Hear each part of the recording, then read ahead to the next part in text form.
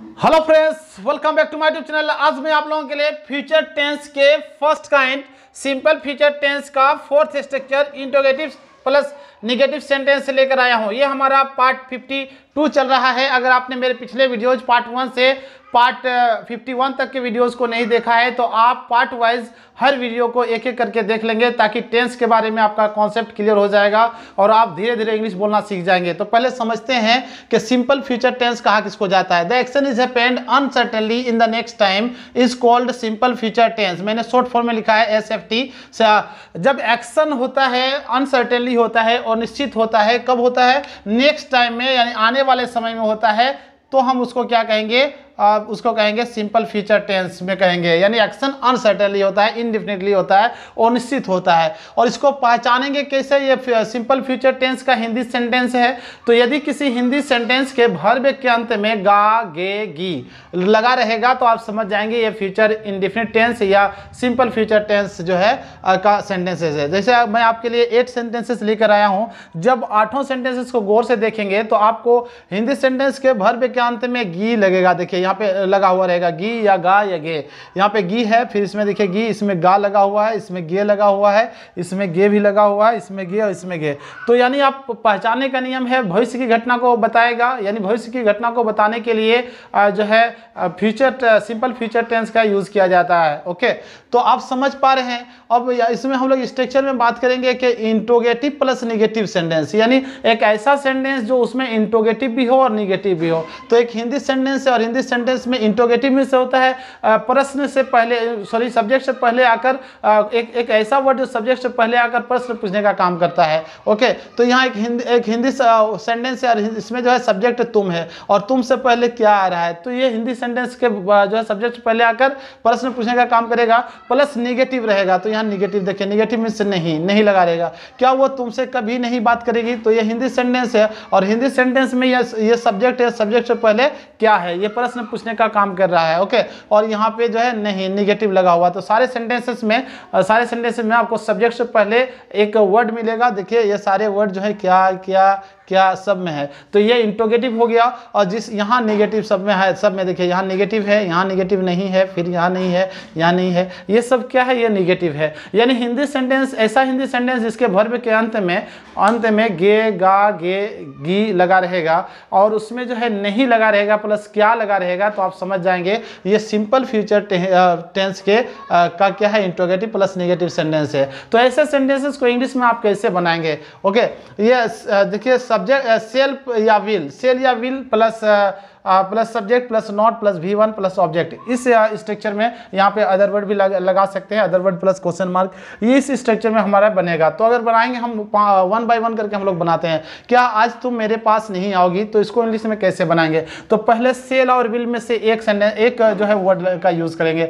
तो सेल और विल जो ऑक्सिलरी वर्ब है, तो इसमें जो है कैसे पता चलेगा कि ये इसके साथ सेल या इसके साथ विल का प्रयोग किया जाएगा? तो अगर आपका सब्जेक्ट आई और वी होगा, ओके, यानी फर्स्ट पर्सन का होगा। कौन पर्सन का? फर्स्ट पर्सन का। यानी सब्जेक्ट जो होगा, अगर फर्स्ट पर्सन का होगा यानी आई या वी का होगा, तो इसके साथ आप सेल का प्रयोग करेंगे। अगर आपका सब्जेक्ट अगर सेकंड पर्सन का होगा, सेकंड पर्सन, या आप कह सकते हैं सेकंड पर्सन या थर्ड पर्सन का होगा, यानी सेकंड पर्सन जानते हैं यू और third person he, she, it, they, ये है, तो इसके साथ आप क्या लगाएंगे?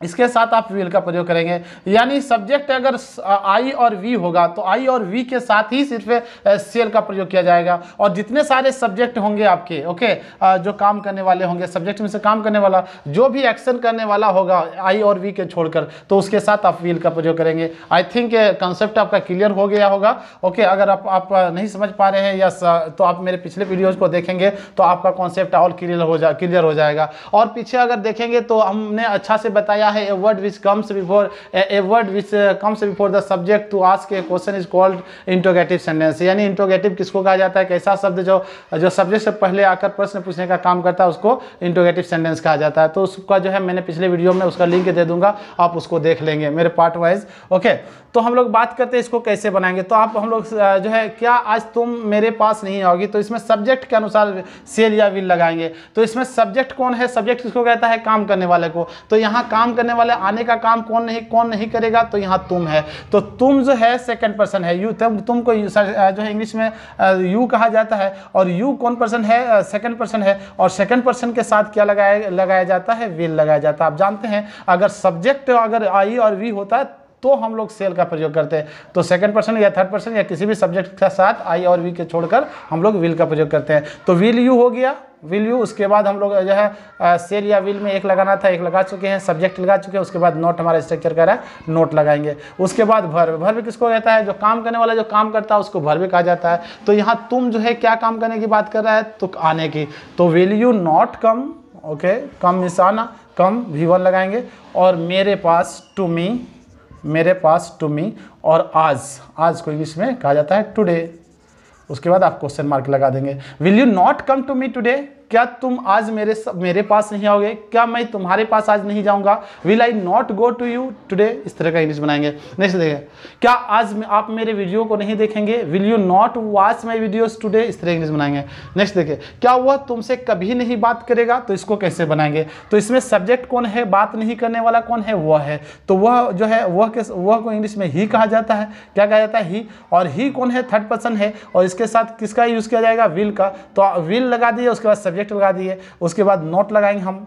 उसके बाद जो है वर्ब, वर्ब कौन है, बात करना है, बात करना है। तो नहीं अगर रहेगा तब नोट लगेगा, लेकिन यहाँ है कभी नहीं। तो कभी नहीं को इंग्लिश में नेवर कहा जाता है, याद रखेंगे। नोट का प्रयोग उसमें नहीं करेंगे। एक ऐसा हिंदी का एक ऐसा सेंटेंस जब आप बोलना चाहेंगे कभी नहीं, मैं आपके पास कभी नहीं आऊँगा, I will never come to you, okay, मैं तो आपके पास नहीं आऊँगा, I will not come to you, okay, नहीं आऊँगा तो I will not come to you, मैं आपके पास कभी नहीं आऊँगा, I will not come, I will never come to you, उसमें नेवर का यूज़ करेंगे।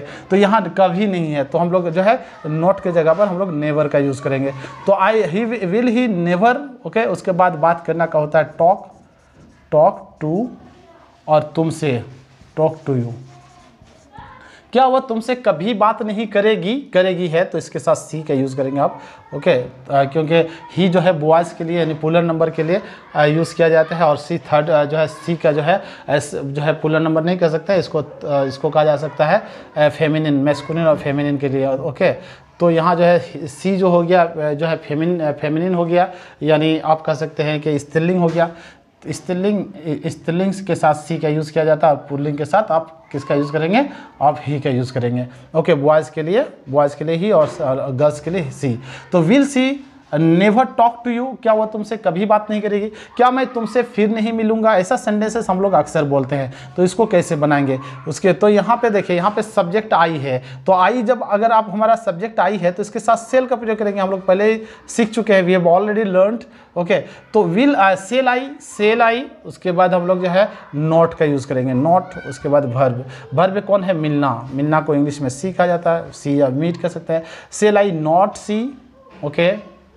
You again, see you again, again मतलब फिर से हो जाता है, अगेन मीन्स फिर से, उसके बाद क्वेश्चन मार्क लगाएंगे। नेक्स्ट देखेंगे, क्या हम लोग तुम्हारे लिए कुछ नहीं करेंगे, तो यहाँ पे वी है, हम लोग है, सब्जेक्ट कौन है, हम लोग है, तो इसके साथ भी आप सेल का प्रयोग करेंगे, सेल वी, उसके बाद नॉट लगा देंगे।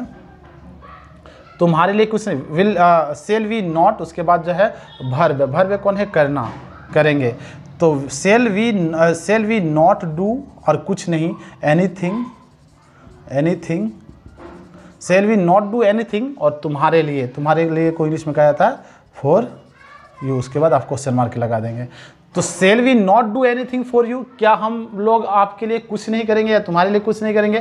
क्या आप लोग मेरे यूट्यूब चैनल को सब्सक्राइब नहीं करेंगे, अगर नहीं किए तो कर लीजिएगा प्लीज़, ओके। तो इसको हम लोग कैसे बनाएंगे, तो इसको बनाएंगे, इसमें जो है आप लोग है, सब्जेक्ट कौन है, आप लोग है, तो यू होगा, आप लोग को इंग्लिश में यू कहा जाता है, यू के साथ आप विल का प्रयोग करेंगे। तो विल यू नॉट हो जाएगा, विल यू नॉट, और मेरे चैनल को सब्सक्राइब नहीं करेंगे, विल यू नॉट, यहाँ पे सब्सक्राइब करना वर्ब है, तो सब्सक्राइब का सब्सक्राइब ही होता है, okay. Subscribe, will you not subscribe, यहाँ से इधर जो है आपके सब्सक्राइब, यस सब्सक्राइब, यहाँ पे subscribe, will you not subscribe my YouTube channel, YouTube channel, उसके बाद क्वेश्चन मार्क लगा देंगे। तो आई होप कि आप समझ पा रहे हैं, अगर जो कुछ मैं सिखा रहा था, what ever I was teaching you, you have understood everything. तो आप इसको ज़रूर बनाएंगे। 7 और 6 और 7 में आपके लिए छोड़ रहा हूँ, इसमें 2 या 3 सेंटेंस जोड़ सकते हैं और इसमें इस स्ट्रक्चर में आप बना सकते हैं। Okay, what ever comes in your mind you can make sentences. आपके हज़ारों अगर इसको समझ जाएंगे तो हज़ारों सेंटेंसेस आप इसमें बना लेंगे। जैसे मैं आपके वीडियोज़ को क्या मैं आपके वीडियोज़ को देखूंगा तो विल आई नहीं देखूंगा, will I not watch your video. इस तरह क्या आप मुझसे सामने मिलेंगे नहीं मिलेंगे, will you not see me okay with me in the evening today. इस तरह बनाएंगे तो बहुत सारा सेंटेंसेस बना सकते हैं, क्योंकि English is just like spoken is just like a practice. But आप जितना प्रैक्टिस करेंगे, okay, the more you practice the more you learn to speak English, आप ज़्यादा सीख जाएंगे। तो आई होप कि आप समझ पा रहे हैं। अगर आपने अभी तक मेरे चैनल को सब्सक्राइब नहीं किया तो सब्सक्राइब कर लीजिएगा, दोस्तों को शेयर कीजिएगा, अच्छा लगा तो कमेंट जरूर कीजिएगा। Keep watching my videos. मिलते हैं नेक्स्ट वीडियो में।